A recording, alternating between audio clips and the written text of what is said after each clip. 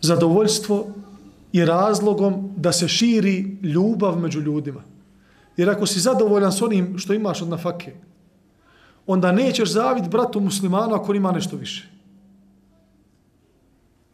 I nećeš gledati u tuđe džepove. Nego, alhamdulillah, ja sam zadovoljan.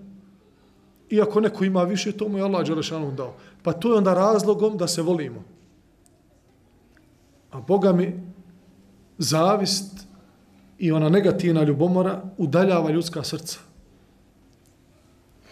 A najbrži penicilin, antibiotik, da spriječiš zavist, jeste da počneš dobiti za onoga za koga osjetiš da si mu počeo da zavidiš.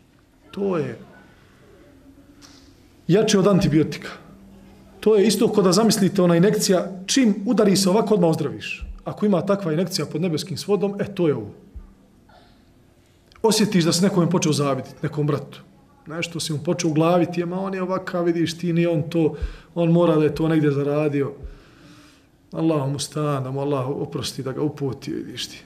Čim to ti počne, okreni se prema kibli, digni ruke, reci Allahu moj, daj mu još onoliko, daj mu sve najbolje na dunjalku, daj mu, ima da srušiš nefs, ko toranje ovako, znaš, od karata prije, sad djeca ništa ne znaju, sad djeca samo ne mobitele. Prije napravimo onaj toranj, evo liki bude od karata. I tamo onu zadnju kartu staviš kad samo fljup sve. Hajde ispano. Tako. Tako će ono u nefsu tvojom da se sruši sve. I neće se vratiš.